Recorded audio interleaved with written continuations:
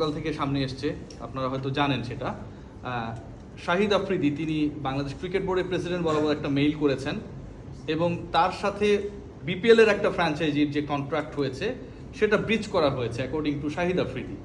কারণ এটা এমন একজন ক্রিকেটার, এমন একজন লেজেন্ড যে মানে দাবিটা করেছেন এবং প্রশ্নটা তুলেছেন, তিনি প্রধান উপদেষ্টা পর্যন্ত যেতে রাজি, মানে এতটা তিনি খেপে গেছেন বা বিগড়ে গেছেন। রাহাত ফতেহ আলী খান আসলো, তখন আপনারা ওভার পেমেন্ট করে আলোচনায় ছিলেন, অনেকটা আমরা সেরকমই দেখেছি নিউজগুলো। আর শাহিদ আফ্রিদি আসলো, তিনি আন্ডার পেইড, যদিও এটার পেমেন্ট করার দায়িত্বটা হচ্ছে আপনাদের না, এটা হচ্ছে একটা ফ্র্যাঞ্চাইজি। এই যে ফ্র্যাঞ্চাইজিগুলো 2 নম্বরই প্রতারণা, বাটপারি, এটা কতটুকু ক্রিকেট বোর্ডের ইমেজটাকে নষ্ট করছে গ্লোবালি, নাম্বার 1। দ্বিতীয় যে প্রশ্নটা করবো, যে এই একই ফ্র্যাঞ্চাইজি তারা তাদের যে দেনা বিসিবির কাছে ছিল, পূর্বের দেনা, সেটা আপনি যেহেতু বিপিএল গভর্নিং কাউন্সিল রয়েছেন, আপনার জানার কথা, সেটা কত পার্সেন্ট পে করেছে? পুরোটা কি পে করেছে? আমরা যতটুকু জানি এখনো বকেয়া রয়েছে, একটু অ্যামাউন্টটা বলবেন কিনা? অ্যামাউন্টটা আমি ঠিক বলতে পারবো না, তবে বকেয়া রয়েছে, আগেরটা পুরো দেওয়া হয়নি, আগেরটা পুরো দেয়নি। এবং আপনি প্রথমে যে প্রসঙ্গটা নিয়ে আসছেন সেটা সবার জন্য খুবই লজ্জা, আফ্রিদির যে ব্যাপারটা আপনি প্রসঙ্গটা উঠিয়েছেন।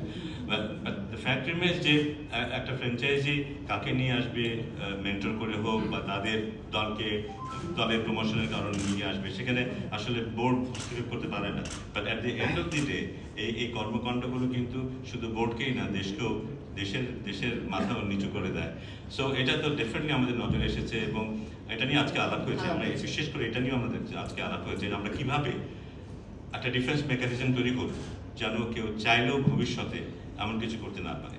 আমার ধারণা যে অন্য কোনো ফ্র্যাঞ্চাইজিতে এমন করতে হয় না, যারা যে দায়িত্বটা নেয় তারা মোটামুটি সেই দায়িত্বটা পালন করে। কিন্তু আমাদের মনে হয় নিয়মের বাইরে গিয়েও কিছু নিয়ম তৈরি করতে হবে আমাদের ভবিষ্যতে, যেন এই ধরনের কোনো কাজ কেউ করতে না পারে, যাতে ক্রিকেট ক্ষতিগ্রস্ত হোক বা তার চেয়ে বড় কথা দেশের সম্মান ক্ষতিগ্রস্ত। আরেকটা প্রশ্ন আমি যদি অ্যালাউ করে একটু করতে চাই। আপনি ক্রিকেট অপারেশনসের দায়িত্বে রয়েছেন, খুব গুরুত্বপূর্ণ ডিপার্টমেন্ট। আমাদের প্রিয় সালাউদ্দিন স্যার তিনি বলেছেন যে বাংলাদেশ দলের চ্যাম্পিয়ন্স ট্রফির প্রিপারেশনটা আপ টু দ্য মার্ক ছিল না, এরকম একটা প্রেস কনফারেন্সে তিনি বলেছেন, সেটা রাওয়ালপিন্ডিতে। সো এই প্রিপারেশনটা কেন আসলে প্রপারলি হলো না? আমরা কি জাতীয় দলের আইসিসি ইভেন্টের চেয়ে বিপিএলপিকেই বেশি গুরুত্ব দিলাম কিনা? যে এই 2টা দল নিয়ে বেশি আলোচনা হচ্ছে, এই 2টা দল না থাকলেও তো বিপিএল হতো, 5টা দলে খেলতাম, সমস্যা ছিল না। কিন্তু যে বিতর্কগুলো হচ্ছে রাজশাহী এবং চট্টগ্রামকে কেন্দ্র করে, এবং এগুলোর কারণেই ন্যাশনাল টিমের প্রিপারেশন বাধাগ্রস্ত হলো, এটা তো দিন শেষে ফাইন বা একটা বড় এলিগেশন। অবশ্যই এটা আমিও আগে বলেছি বোধহয় একবার, যে আমাদের আদর্শ প্রিপারেশন বলতে যেটা বোঝায় সেটা হয়নি, একেবারেই হয়নি।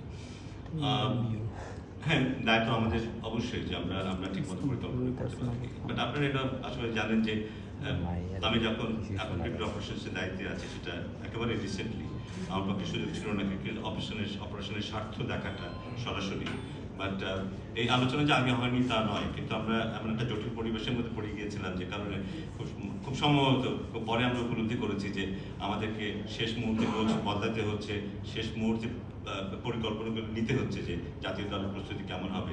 কারণ আমরা খুব আশাবাদী ছিলাম, এবার যে বিপিএল দেখেছি, আমাদের ক্রিকেটের যে ফর্ম দেখেছি, আমরা খুব আশাবাদী ছিলাম। কিন্তু আমার ধারণা যে আমরা প্রিপারেশনটা খুব ভালো একটা না হওয়ার কারণে আমাদের এই পারফরমেন্সটাকে ওখানে নিয়ে যেতে পারি। সো কিছু দায়িত্ব ডেফিনেটলি আছে, ইউএস